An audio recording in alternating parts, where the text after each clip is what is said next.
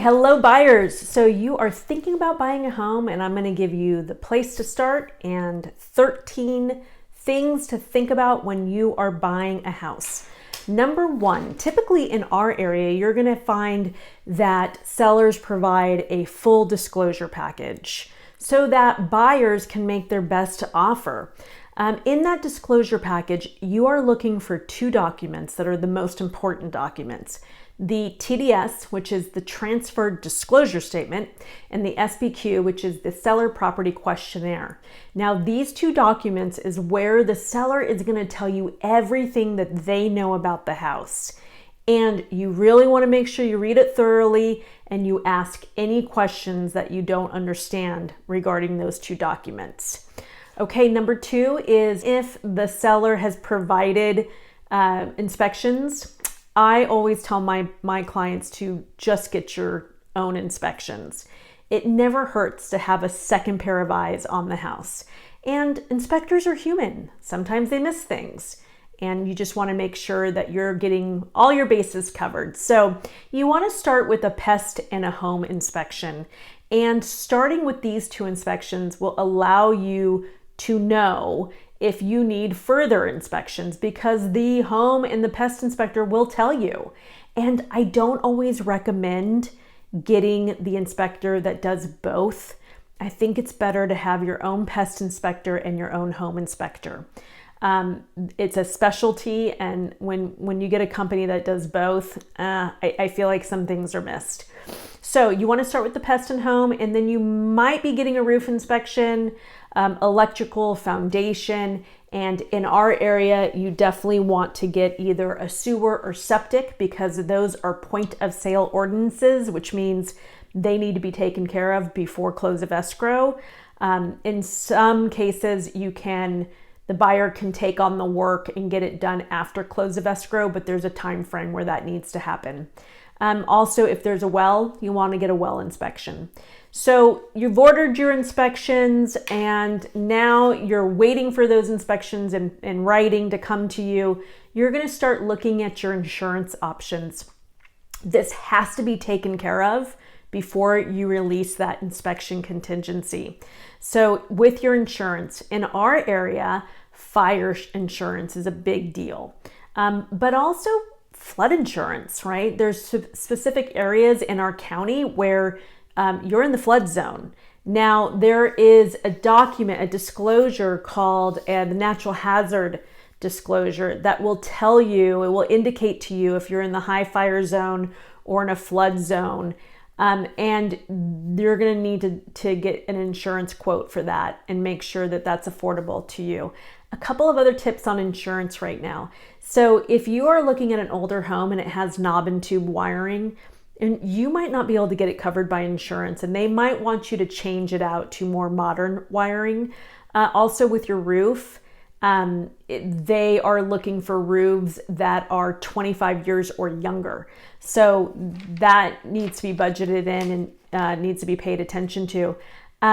Number 5 is, now we're going to go into the house. You've got your inspection reports. So number 5 is cracks in your foundation. Now, some cracks are normal. I mean, houses settle, that's okay. And you've got vertical cracks that go up and down, and then you've got the horizontal cracks that go from side to side. You are going to want to make sure that you pay attention to that. Horizontal cracks are a little more tricky. They can be a little bit more problematic. And if you're seeing horizontal cracks, you'll definitely want to bring in an expert to take a look at that. A vertical crack is actually easier to deal with and patch. If it's just straight up and down, might not be that big of an issue. Another thing I tell people to do is go in the house and look at the door frames and the doors. Are they uneven? Do you see spacing between the doors and the door frame? That can be signs of settlement, and also you'll want to look into that further. Your HVAC system, number 7. Your HVAC system is a big deal. It's a lot of money when you have to replace it. And you want to make sure that you know how long it has, how much more life it has. And also, if it has been replaced recently, you want to find out if the ducting has been replaced as well. Sometimes people will just get the HVAC system replaced and not the ducting, and that's going to cost you some extra money. So you want to find that information out. Another thing to look at is your windows. Not every seller is going to replace windows before they sell, but it is something you'll want to do at some point, and that's something you can budget in, the next year to 5 years. But you want to know how much that's going to cost. I used to say it was about $1,500 per window. Now with the cost, I would even go up higher than that. So water heater, that's kind of simple. If it needs to be replaced, it's about $1,500 to $1,800 if it's just a standard water heater. Number 9, look for signs of flooding. This is a very big deal. Of course, we want sellers to be honest and tell us if there's any flooding, but with the way that our weather system goes, there could have been 2 dry years in a row and maybe they didn't have to deal with flooding. And now we're going to have the biggest rainstorm ever and there's going to be a ton of flooding you're going to have to deal with. So what you want to do is walk around the house. You want to look around in the garage and in the crawl space, and you're looking for standing water. You're looking for signs that there was flooding and sediment maybe has piled up somewhere in the corner.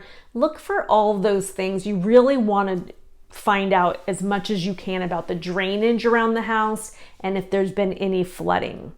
Number 10. Sidings and decks. Now, a good pest inspection and also a home inspector will call out if there's siding issues or deck issues. And this is typically due to dry rot.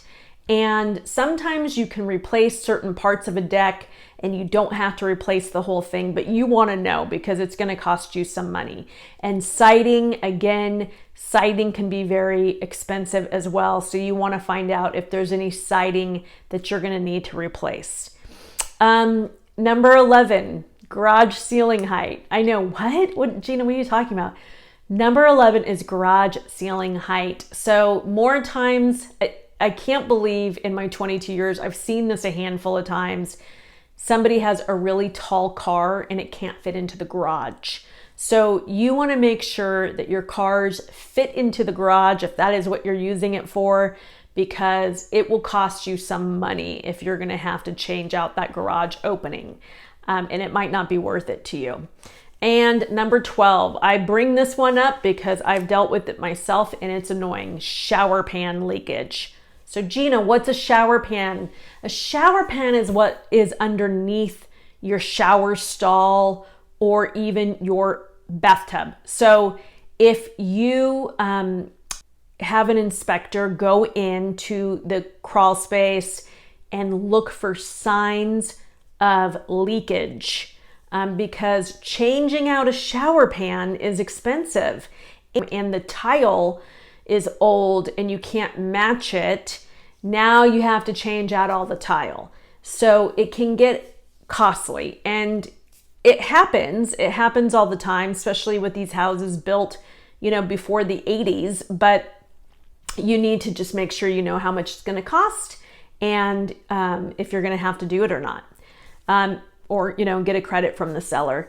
So number 13, and one of my favorites, is talk to the neighbors. You should always be talking to the neighbors when you're thinking about buying, if you have neighbors.